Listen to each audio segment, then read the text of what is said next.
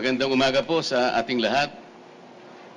Ang paghahain ko po ng aking kandidatura sa araw na ito bilang isang independent senator ay kahayagan at katibayan ng aking malaon ng mithiin na maisulong natin ang ganap na pagkakaisa sa ating bansa.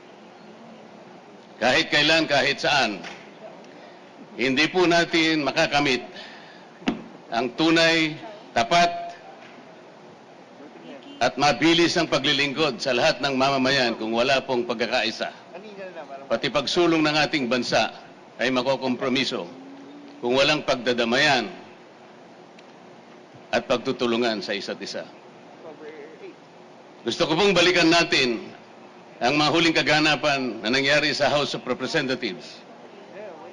Napansin po niyo siguro nang dahil lamang sa aking pagtatanggol sa katarungan, sa katwiran at sa mga sariling tuntunin namin sa House of Representatives, ako po ay inaway ng ilan sa aking mga kasamahan na nauwi nga po pati sa paggagawa ng hopya.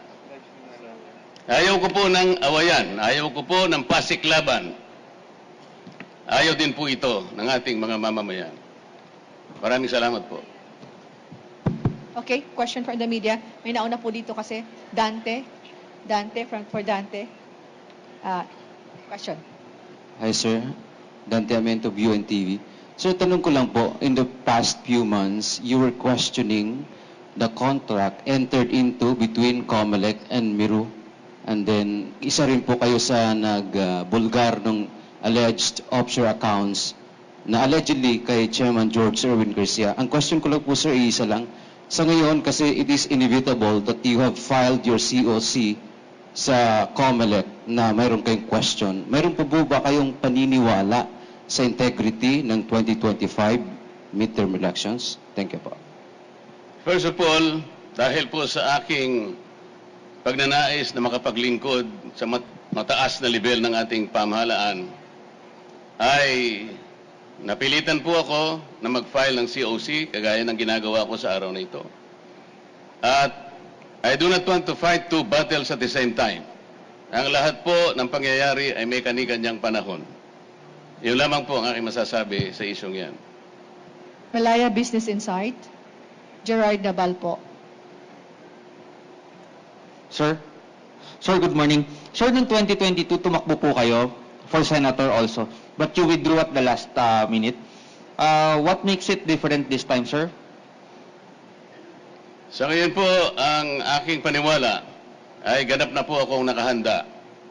Sa dami po ng mga kababayan natin na nananawagan na sana'y makapaglingkod pa po ako sa mas mataas na level ng ating bansa, ay gusto ko pong paunlakin o paunlakan ang panawagan na yon na ngayon po ay talagang dumarami at lumalawak sa maraming panig ng ating bansa. One follow-up question po. Sir, does that mean to say na we won't expect you withdrawing anytime po? Wala na pong atrasan ito. Okay, next question is from Michael Rogas, Radyo Pilipinas. Hi sir, magandang umaga po. Michael Rogas po from Radyo Pilipinas. Yes, Mike. Sir, kumusta po yung allegation po ninyo laban po sa mga COMELEC officials? Wala po akong allegations sa mga COMELEC officials.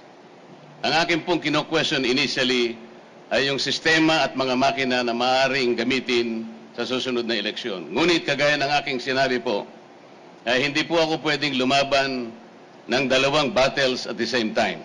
Ang gusto ko po ay makapaglingkod muna, pero nananatili po ako na ganap na pagtitiwala sa magagawa ng COMELEC upang pairalin ang isang malinis, isang tapat at credible na election sa ating bansa. Yung pong pag-asa na yon at paniniwala ay nananatili pa rin sa aking puso.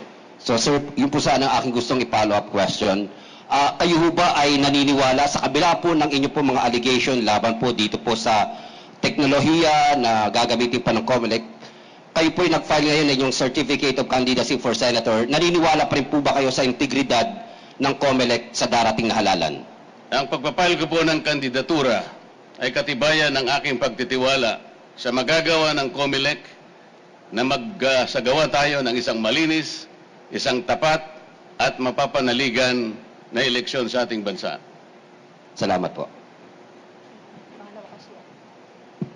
Ms. Mads Villar from Net25. Hi, Kong. Good morning. Good morning. Sakaling pala rin po kayo sa Senate, ano po yung mga priority bills na unang-una nyong ipa-file pag upo nyo po? Thank you.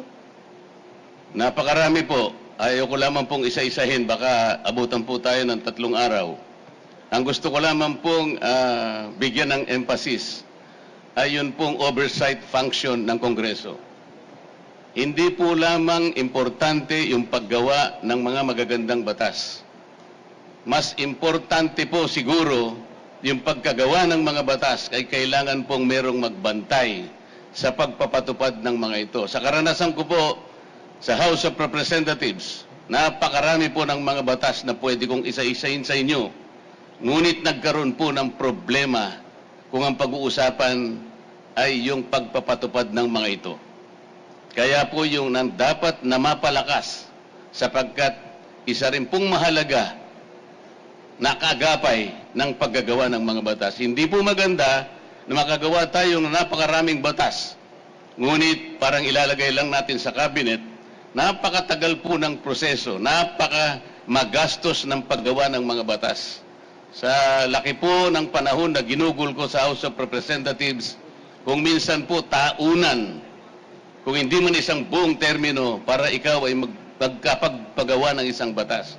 Sayang na sayang po kung isang magandang batas ay hindi po may patutupad ng maayos. Kagaya po ng EPIRA.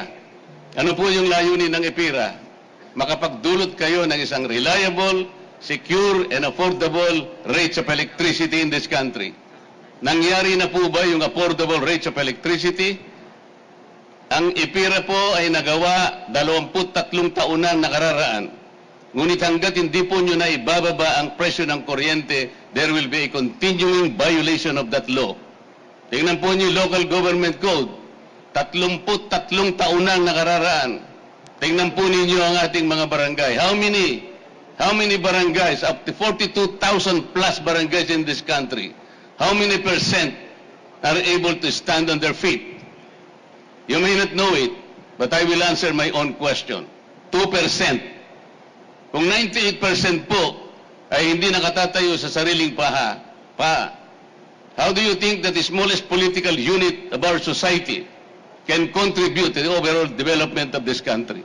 Kailangan po nating tulungan. Ngunit, hindi po natutupad yung decentralization, yung autonomy yung sinasabi ng batas, sapagkat may sablay nga po ang pagpapatupad nito. Marami po akong may kukwento. Sa sakahan, ano po ang mga batas na magaganda sa sakahan? Meron pong isang batas na nagsasabi, there should be a guaranteed price for palay. Meron po ba? Wala po. Kailangan po yung mga makinarya, equipment na ginagamit sa pangsakahan, dito na po natin dapat ginagawa. Batas po yun. Hindi po nangyayari. Ang sabi po sa isang batas, there should be a dedicated area for farming. Kahit anong mangyari, huwag niyong i-convert yung mga yan. Ano nangyayari? Conversion dito, classification doon, land kahit saan nangyayari. Ang sabi pa ng isang batas, 25% of the total loanable funds of the banks, private and public, should be allotted to farmers and beneficiaries of agrarian reform. Nangyayari po ba? Hindi. Average per year is only 4%. Kaya ganito po tayo. Oversight is an equally important function of Congress that has been forgotten for years. Yun po ang isa sa tututukan natin. Salamat po. So, sir, 8 minutes. Tapos na po yung 8 minutes. Wala na po? Yes Thank po. you. Tapos na po. Maraming salamat din po. Sir, sa gitna po, photo op ulit. Here's the card.